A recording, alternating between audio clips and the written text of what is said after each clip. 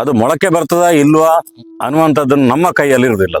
ಅದು ದೇವರ ಕೈಯಲ್ಲಿರುವಂಥದ್ದು. ಮನುಷ್ಯನ ಸೃಷ್ಟಿ ಹೇಗೆ ಆಗ್ತದೆ ಅದೇ ರೀತಿಯಲ್ಲಿ ನಾಟಿ ಇಲ್ಲಿ ಊರಲ್ಲಿ ಏಳಿರುತ್ತಾ ಇಲ್ಲಾದ್ರೆ ಬೊಳ್ದು ಬೆಂಡೆ ಬಿಳಿ ಬೆಂಡೆ ಅಂತ ಹೇಳ್ತಾರೆ ಇದಕ್ಕೆ. ಪೂರ್ತಿ ನಾಟಿಯ ಅಲಸಂಡೆಯನ್ನು ಹಾಕಿದ್ದಾರೆ. ಯಾವುದೇ ಕೆಮಿಕಲ್ ಸ್ಪ್ರೇ ಮಾಡಲಿಲ್ಲ. ಅದರೊಂದಷ್ಟು ರೋಗಗಳಿದೆ, ರೋಗಗಳು ಬಂದೇ ಬರ್ತದೆ ಕೆಮಿಕಲ್ ಸ್ಪ್ರೇ ಮಾಡಲಿಲ್ಲ ಅಂದ್ರೆ ಹೇಳಿದ್ರು ಕೂಡ.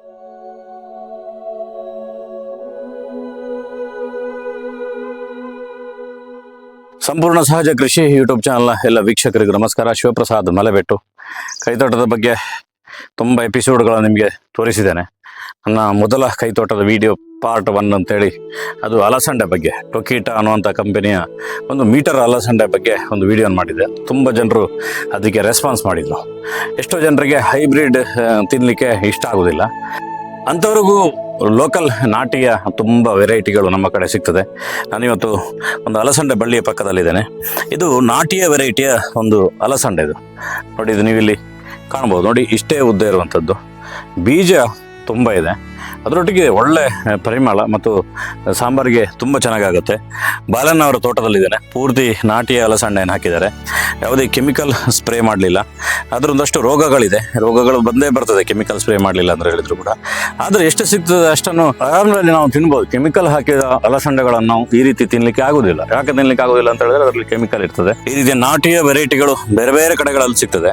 ನೀವು ಸರ್ಚ್ ಮಾಡಬೇಕು, ಸ್ವಲ್ಪ ತಾಳ್ಮೆಯಲ್ಲಿರಬೇಕು. ನಿಮ್ಮ ಊರುಗಳಲ್ಲಿ ಗೊಬ್ಬರದ ಅಂಗಡಿಗಳಿರ್ತದೆ, ಅದರಲ್ಲೇ ಜೆನ್ಯೂನ್ ಆಗಿರುವಂಥ ಕೆಲವು ಗೊಬ್ಬರದ ಅಂಗಡಿಯವರು ಒಳ್ಳೆ ಬೀಜಗಳು ನಿಮ್ಗೆ ಕೊಡ್ತಾರೆ. ನೀವು ಫಸ್ಟ್ ಅದನ್ನು ನೀವು ತಗೋಬೇಕು. ಎರಡನೇದು, ನಿಮಗೆ ಊರಲ್ಲಿ ಕಾಂಟ್ಯಾಕ್ಟೇ ಇಲ್ಲ ಅಂತ ಹೇಳಿದ್ರೆ ನಾವು ಪೋಸ್ಟ್ ಮುಖಾಂತರ ಬೀಜಗಳನ್ನು ಕಳಿಸ್ತೀವಿ. ದಕ್ಷಿಣ ಕನ್ನಡ ಉಡುಪಿ ಜಿಲ್ಲೆ ಆದರೆ ಬಸ್ನ ಮುಖಾಂತರ ಗಿಡಗಳನ್ನು ಬೇಕಾದ್ರೆ ನಿಮ್ಗೆ ಕಳಿಸ್ತೀವಿ. ನೀವು ನಮ್ಮ ಹತ್ರ ಬೇಕಾದ್ರೆ ಕಾಂಟ್ಯಾಕ್ಟ್ ಮಾಡ್ಬೋದು, ಒಳ್ಳೆ ಬೀಜಗಳು ನಾವು ಕೊಡ್ತೀವಿ. ಯಾವುದೇ ಬೀಜದ ಪ್ಯಾಕೆಟ್ನಲ್ಲಿ ಜರ್ಮಿನೇಟೆಡ್ ಓನ್ಲಿ 70% ಅಂತೇಳಿ ಹಾಕಿರ್ತಾರೆ. ಅಂದರೆ ಮೊಳಕೆ ಬರುವಂಥದ್ದು 70% ಮಾತ್ರ ಅಂತೇಳಿ.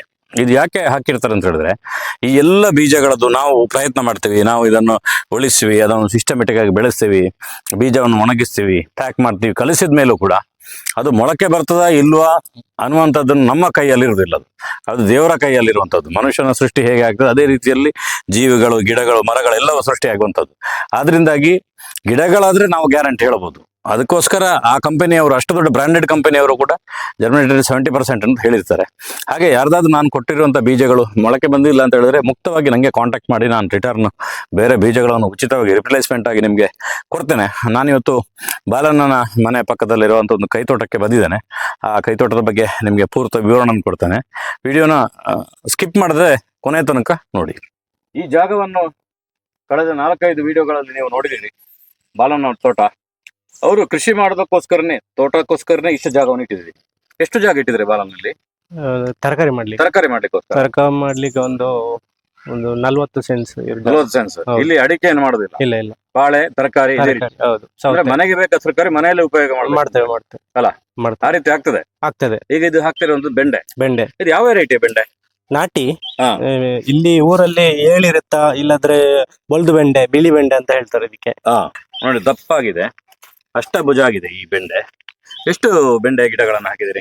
ಇಲ್ಲಿ ಸಾಧಾರಣ ನಿಮ್ಗೆ ಒಂದು 50ರಿಂದ 60 ಗಿಡ ಕಾಣ್ಬೋದು. ಮಾರಾಟ ಮಾಡಿದ್ರಾ? ಮಾರಾಟ ನಮಗೆ ಆಗಿ ಒಳ್ಳೆದನ್ನು ಮಾರಾಟ ಮಾಡಿದ್ವಿ. ಮಾರಾಟ ಮಾಡಿದ್ರಿ? ಸಾಧಾರಣ ಒಂದು 20ರಿಂದ 25 ಕೆಜಿ ಮಾರಾಟ ಮಾಡಿರ್ಬೋದು. 20-25. ಹೌದು. ಈಗ ಇಷ್ಟು ದಪ್ಪ ಆಗಿದಲ್ಲ ಈ ಬೆಂಡೆ. ಹೌದು. ಇದಕ್ಕೇನಾದ್ರು ಗೊಬ್ಬರ ಏನ್ ಹಾಕಿದ್ರಿ? ಇದಕ್ಕೆ ಗೊಬ್ಬರ ಅದೇ ಹಟ್ಟಿ ಗೊಬ್ಬರ, ಸಗಣಿ ಮತ್ತೆ ಕೋಳಿ ಗೊಬ್ಬರ. ಬೆಂಡೆಕಾಯಿಗೆ ಭಾರಿ ದೊಡ್ಡ ರೋಗ ಇರ್ತದೆ. ಆ ರೀತಿ ರೋಗ ಬಂದಿದೆ ಇಲ್ಲಿ? ಸ್ಪ್ರೇ ಮಾಡದ ಕಾರಣ ಸಣ್ಣ ಪುಟ್ಟ ರೋಗ ಇದೆ.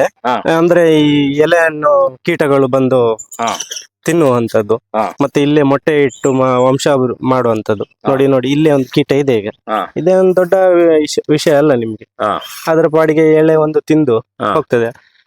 ಅದರ ಬದಲಿಗೆ ನಾವು ಕೆಮಿಕಲ್ ಸ್ಪ್ರೇ ಮಾಡಿದ್ರೆ ನಮ್ಮ ತಿನ್ನುವ ಆಹಾರಕ್ಕೂ ಅದು ಅಪ್ಲೈ ಆಗಿ ನಮ್ಮ ದೇಹದ ಒಳಗೆ ಹೋಗಿ ಅದು ಮಾರಕ ಆಗ್ತದೆ. ಆ ರೀತಿ ಪೂರ್ತಿ ಬೆಳೆದಿದ್ರಿ? ಹೌದು. ಒಟ್ಟು ಎಷ್ಟು ವೆರೈಟಿ ಮನೆಯಲ್ಲಿ ಒಟ್ಟು ತರಕಾರಿ ಈಗ ನಿಮ್ಮ ತೋಟದಲ್ಲಿ ತೋರಿಸಿರೋದು ಎಲ್ಲ ಸೇರಿ ಒಂದು ಎಷ್ಟು ವೆರೈಟಿ ಇರ್ಬೋದು? ಒಂದು 6 ವೆರೈಟಿ ಉಂಟು. 6 ವೆರೈಟಿ. ಹೌದು. ವಾರದಲ್ಲಿ ಎಷ್ಟು ದಿನಕ್ಕೆ ನಿಮ್ಮ ಮನೆಯಲ್ಲಿ ಸಾಕಾಗ್ತದೆ?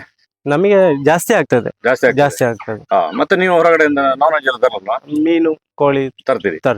ಅಂದ್ರೆ ಒಂದು 5 ದಿನಕ್ಕೆ ಇದು ಸಾಕಾಗ್ತದೆ. ಸಾಕು. ಇನ್ನೊಂದು 2 ದಿನಕ್ಕೆ ಅದು ಅಲ್ವಾ? ಹೌದು. ನೋಡಿ ಸ್ನೇಹಿತರೆ, ಪೂರ್ತಿ ಬೆಂಡೆಯನ್ನು ಹಾಕಿದ್ದಾರೆ. ಇದು ಬೆಂಡೆಯ ವಿಶೇಷ ತಗೊಳ್ಳ ನೋಡಿ, ದಪ್ಪ ಆಗಿರುವಂತದ್ದು. ತುಂಬ ಚೆನ್ನಾಗಿ ಬೆಳೆದಿದೆ, ತುದಿವರೆಗೆ ಬೆಳೆದಿದೆ. ಮುಗಿತಾ ಬಂತ ಅಂತಲ್ಲ? ಹೌದು. ಇಲ್ಲೆಲ್ಲ ಮುಗಿತಾ ಬಂತು. ಬಂತು. ನೋಡಿ, ಬೇರೆ ಬೇರೆ ವೆರೈಟಿಯ ಬೆಂಡೆಗಳು. ನೀಲಿ ಬೆಂಡೆ ಇದೆ ನೋಡಿ, ಇದ್ರದ್ದೊಂದು ದಪ್ಪ ನೋಡಿ ಹೇಗಿದೆ ಅಂತ. ಇದು ಬೆಂಡೆ ಒಂದು 10 ಗಿಡ ಹಾಕೊಂಡ್ರೆ ಸಾಕು ಬಾಲನ್ನ. ಸಾಕು. ನಿಮ್ಗೆ ಒಂದು 3 ತಿಂಗಳಿಗೆ ಮನೆಗೆ ಬೇಕಾದಷ್ಟು ನಿಮ್ಮ ಮನೆ ಹತ್ರ ಹೌದು. ಆಗ್ತದೆ, ಅಲ್ವಾ? ಹೌದು. ನಾನು ಮನೆ ಹತ್ರ ಮಾಡಿದ್ದೇನೆ. ಅಂದ್ರೆ ಕೆಂಪು ಬೆಂಡೆ ಇದೆ, ಅದರ ಬೀಜ ನಿಮ್ಗೆ ಕೊಡ್ತೇನೆ. ಆಯ್ತು. ಅದು ಇದಕ್ಕಿಂತ ಹೆಚ್ಚಾಗಿ ಆಗ್ತದೆ. ಯಾರಿಗಾದ್ರೂ ಬೆಂಡೆ ಬೀಜಗಳೆಲ್ಲ ಬೇಕಾದ್ರೆ ನಮ್ಮನ್ನು ಸಂಪರ್ಕ ಮಾಡಿ. ಈ ರೀತಿಯ ಬೆಂಡೆಗಳೆಲ್ಲವೂ ಕೂಡ ಇದೆ. ಈ ರೀತಿಯ ಒಂದು ಕೃಷಿಯನ್ನು ನೀವು ಮನೆ ಹತ್ರ ಮಾಡಬೇಕು ಅನ್ನುವಂಥದ್ದು ಇದು ಪ್ರತಿಯೊಬ್ಬನಿಗೆ ಇಂಡಿವಿಜುವಲ್ ಆಗಿ ನಾನು ಹೇಳ್ತಾರೆ ನನ್ನ ವೀಕ್ಷಕರಿಗೆ. ನಿಮ್ಮ ದೇಹ, ನಿಮ್ಮ ಆರೋಗ್ಯ, ನಿಮ್ಮ ಮನೆಯ ಎಲ್ಲ ಖುಷಿ ಇರಬೇಕು ಅಂತ ಹೇಳಿದ್ರೆ ಎಷ್ಟೇ ದೊಡ್ಡ ಬಿಲ್ಡಿಂಗ್ ಕಟ್ಟಿರುವಂಥದ್ದು, ತಗೊಂಡಿರುವಂಥ ಬ್ರ್ಯಾಂಡೆಡ್ ಕಾರು, ತಗೊಂಡಿರುವಂಥ ಐಫೋನು, ಇದು ಯಾವುದು ನಿಮ್ಮ ದೇಹವನ್ನು ಉಳಿಸುವುದಿಲ್ಲ. ನಿಮ್ಮ ದೇಹವನ್ನು ಉಳಿಸೋದು ನೀವು ಉಪಯೋಗ ಮಾಡುವಂತಹ ಆಹಾರ ಮಾತ್ರ. ಆ ಆಹಾರವೇ ಔಷಧ ಆಗಬೇಕು ಅಂತ ಹೇಳಿದ್ರೆ ಸಾವಯವ ರೀತಿಯಲ್ಲಿ ನಾವು ಬೆಳಿಬೇಕು, ಆಗ ಆಹಾರ ಔಷಧ ಆಗ್ತದೆ.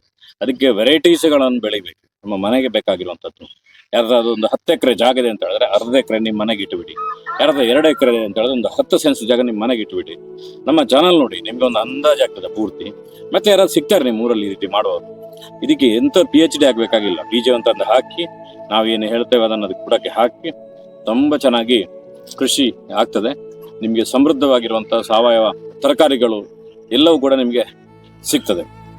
ಅದರೊಟ್ಟಿಗೆ ನಮಗೆ ಸಬ್ಸ್ಕ್ರೈಬ್ ಮಾಡೋದ್ರ ಮುಖಾಂತರ ಬೆಂಬಲಿಸಿ. ಎಷ್ಟೋ ವರ್ಷದಿಂದ, ಎಷ್ಟೋ ತಿಂಗಳಿಂದ ನೀವು ನೋಡ್ತಾ ಇದ್ದೀರಿ. ಎಷ್ಟೋ ಜನರು ಸಬ್ಸ್ಕ್ರೈಬ್ ಆಗಿಲ್ಲ. ಅದು ಸಬ್ಸ್ಕ್ರೈಬ್ ಅನ್ನುವಂಥದ್ದು ನೀವು ಯಾರೋ ವಿಡಿಯೋ ನೋಡ್ತಿದ್ರಲ್ಲ ಒಂದು ಬ್ಲ್ಯಾಕ್ ಆಗಿ ಕಾಣ್ತಾ ಇದೆ, ಅದಕ್ಕೊಂದ್ಸಲ ನೀವು ಟಚ್ ಮಾಡಿದ್ರೆ ಸಾಕು, ನಮಗೆ ಅದೊಂದು ಚಪ್ಪಾಳೆ ತಟ್ಟಿದ ರೀತಿಯಲ್ಲಿ, ನಮಗೆ ಪ್ರೋತ್ಸಾಹ ಕೊಟ್ಟ ರೀತಿಯಲ್ಲಿ ನಾವು ಇನ್ನೊಂದು ಜೋಶಲ್ಲಿ ಹೊಸ ಸಬ್ಜೆಕ್ಟ್ನ ತಗೊಂಡು ಮತ್ತೆ ಬರ್ತೇವೆ. ಸಂಪೂರ್ಣ ಸಹಜ ಕೃಷಿ ನಿಮ್ಮೆಲ್ಲರ ಸಾವಯವ ರಾಯಭಾರಿಯಾಗಿ ಸಮಾಜದಲ್ಲಿ ಕೆಲಸ ಮಾಡ್ತಿದೆ.